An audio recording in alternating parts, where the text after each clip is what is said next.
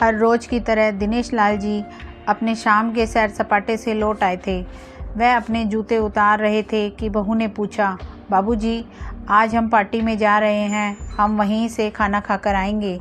आज रात के खाने में क्या खाएंगे बताइए। दिनेश लाल जी सोचने लगे, आज रविवार तो नहीं है और ना ही किसी की शादी है, ज़रूर किसी पार्टी में जा रहे होंगे। छोड़ो, मुझे क्या करना है इस उम्र में। अपने विचारों पर काबू करते हुए दिनेश लाल जी बोले, ऐसा करो बेटा, मेरे लिए 2 रोटियां बना दो, दूध के साथ रोटियां ही खाऊंगा। बहू तुरंत बोल उठी, बाबूजी, सुबह ही जो बनाई थी उनमें से 2 रोटियां अभी भी बची हुई हैं। अगर आप बहू ने अपना वाक्य अधूरा ही रहने दिया, लेकिन दिनेश लाल जी अच्छी तरह समझ गए थे कि वह क्या कहना चाहती थी। सुबह की रोटियां खाई तो गैस हो जाएगा। सुबह भी बहू ने मसाले वाली सब्जी ही बनाई थी, जिसके चलते अभी तक खट्टी डकारें आ रही हैं। और इस उम्र में पेट को संभालना मतलब किसी बिगड़े हुए बच्चे को संभालने से भी ज़्यादा कठिन काम।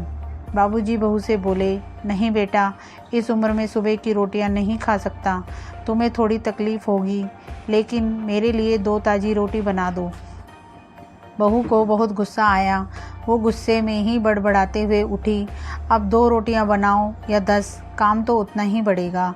आटा गूंथो, रोटियां बनाओ, किचन और बर्तन साफ़ करो। इन्हें क्या है, इन्हें सिर्फ ऑर्डर देना आता है, काम तो मुझे करना पड़ता है ना। बस दिन रात इनकी ही सेवा करते रहो। बहू के बोल दिनेश लाल के कानों पर पड़ रहे थे।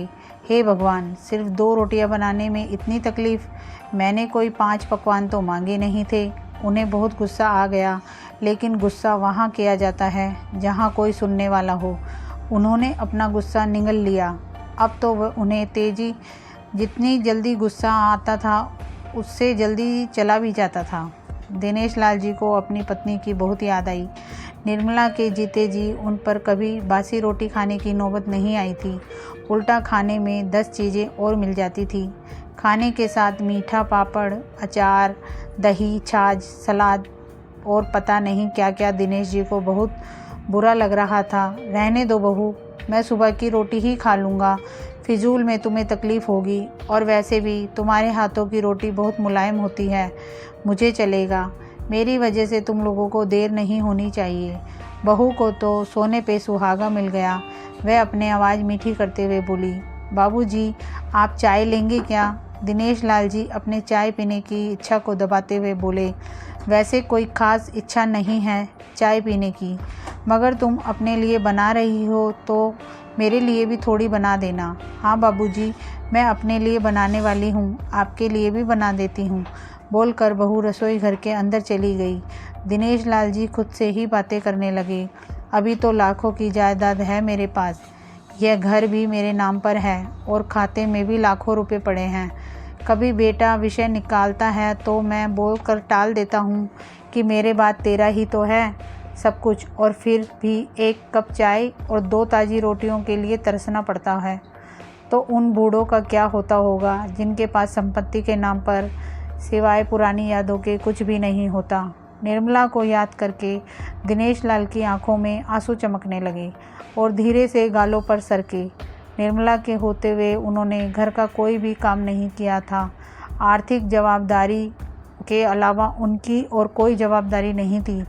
उनके व्यापार ने भी उन्हें अच्छा साथ दिया था। वह भी निर्मला से बहुत प्यार करते थे, लेकिन कभी जता या बता नहीं पाए। वह यह सच्चे दिल से मानते थे कि निर्मला उनकी किसी पूर्व जन्मों का पुण्य का फल है, लेकिन जिंदगी की भाग दौड़ में वह निर्मला की मन की इच्छाएं पूरी ना कर सके। उन्हें वैष्णो देवी जाना था, लेकिन हर बार यह यात्रा अगले साल के लिए पोस्टपोन हो जाती। घर बार और संसार की जिम्मेदारियां संभालते संभालते कब उनकी इच्छाएं उन्हीं के साथ चली गई पता ही नहीं चला। दिनेश लाल जी ने देखा, उनके पोता और पोती दोनों ही स्कूल से आ गए थे। दोनों ने अपना बस्ता सोफे पर फेंका और दादाजी की तरफ दौड़कर उनके गले लगते हुए कहने लगे, चलिए ना दादाजी, खेलने चलते हैं। यही निस्वार्थ प्रेम के कुछ पल थे जिनमें दिनेश लाल जी बच्चों के साथ बच्चे बन जाते थे और सारे अपने दुख और यादें भूल जाते थे। वह कुछ बोल पाते उससे पहले ही बहू ने कहा, चलो छोड़ो दादाजी को, हमें पार्टी में जाना है। जल्दी से आकर तैयार हो जाओ, पापा भी आते ही होंगे। दोनों ही बच्चे दादाजी को छोड़ मम्मी की तरफ भागे। उनकी पोती 7 साल की थी और पोता 5 साल का। दिनेश लाल जी अपनी सोच में डूबे हुए बालकनी की तरफ गए। बालकनी में धीमी ठंडी पवन ने उनका स्वागत किया।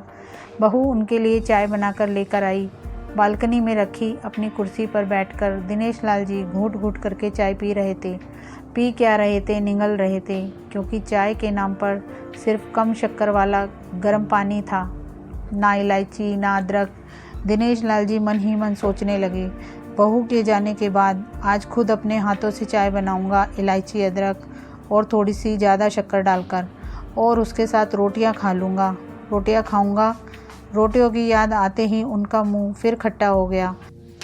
चाय खत्म होने पर खाली कप लेकर वे किचन में रखने गए तो वहाँ देखा कि बहू और बच्चों का कप धोके पड़ा हुआ था। उन्होंने भी अपना कप धोकर रख दिया और अपनी डायरी लेकर बालकनी में आ गए। बालकनी में बैठे बैठे उनकी नज़र सूखी हुई तुलसी के पौधे पर गई। उन्होंने एक लोटा पानी लाकर उसमें डाल दिया। कुछ मिनटों बाद ध्यान से देखने पर उन्हें पता चला कि सूखे हुए तुलसी के पौधे में नई कोपलें जैसे मुस्कुरा रही हों।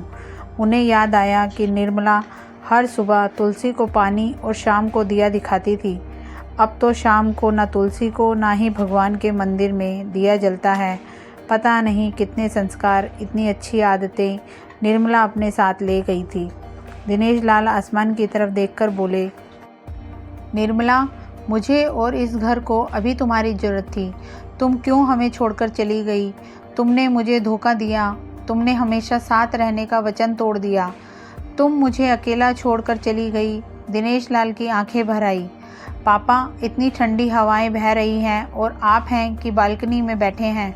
अंदर आ जाइए, नहीं तो बीमार हो जाएंगे, बेटे ने दिनेश लाल जी से कहा। बेटा, बहू और पोता पोती सब तैयार होकर पार्टी के लिए निकल रहे थे। किसी ने झूठ मूठ ही मन रखने के लिए भी उनसे नहीं पूछा कि साथ चलिए। बाबा, आप खाना खाकर जल्दी सो जाइएगा, हमें आने में ज़रा देर हो जाएगी। ज़्यादा देर तक जागना आपकी सेहत के लिए अच्छा नहीं है। हमारे पास घर की दूसरी चाबी है, हमारी चिंता मत कीजिए, बेटे ने जाते हुए कहा। ऐसे बोल रहे हैं जैसे मेरी सेहत की बहुत फिक्र है। कितने दिनों से बोल रहा हूँ, डॉक्टर के पास ले चलो, बीपी बढ़ा हुआ है, शुगर भी चेक करवाना है। थोड़ा सा भी चलता हूँ तो हाँफने लगता हूँ। बेटा कहता है कि बुढ़ापे में यह सब तो होता ही है, ज़्यादा भरम मत पालिए। वाह बेटा, बूढ़े बाप के पास बैठने के लिए थोड़ा सा भी टाइम नहीं है तेरे पास, और पार्टी के लिए टाइम ही टाइम है। ऐसे अनगिनत विचार उनके दिमाग में चल रहे थे, लेकिन फिर भी उन्होंने हाँ में सिर हिलाया। सभी पार्टी में चले गए। दिनेश लाल जी हॉल में रखी कुर्सी पर आकर बैठे। खाना खाने की अभी कोई इच्छा नहीं थी, इसलिए टीवी चालू किया। आज वैलेंटाइन डे था, प्यार का दिन, इसलिए टीवी पर भी उसी के बारे में दिखा रहे थे।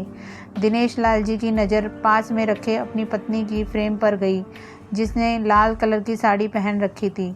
प्यार तो उन्होंने भी खूब किया था निर्मला जी से, पूरी जिंदगी किया था, जी जान से किया था, लेकिन कभी बोल नहीं पाए।